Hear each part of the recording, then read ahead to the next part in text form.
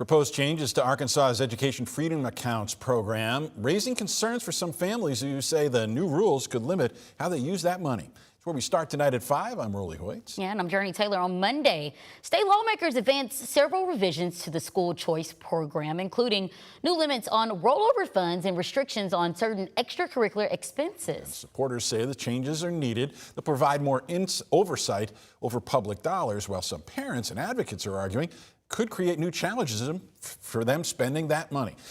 Yeah, Teach via 11's Maya Ellison joins us in studio. Maya, what are parents saying about these proposed changes?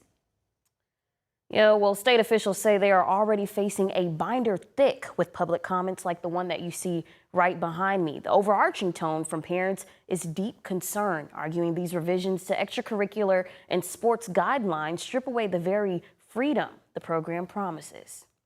Students would be able to use public funds to attend a private school or be enrolled in a homeschool. That's the foundation of the state's Educational Freedom Account program. But on Monday, proposed policy changes brought parents and advocates like Family Council President Jerry Cox to the Capitol. Cox points out the issue: new sports restrictions, pre-approval requirements, and a dramatic cut to year-to-year rollover funds. With our agreement as homeschool representative, passed a law that says you can use no more than 25% of your Education Freedom Account funds for extracurricular activities. The Arkansas Department of Education clarified that funds will only cover leagues that do not exclude kids based on ability during Monday's administrative rules meeting. If they are one of the more elite sports teams that not every student who tries out makes it, then that is prohibited from using EFA funds. But Cox tells me parents, especially in rural areas, argue almost all sports have some level of tryouts. Cox says while participation is high, families say intense delays from the program's vendor, Class Wallet, are creating unjust financial burdens. Here's the problem.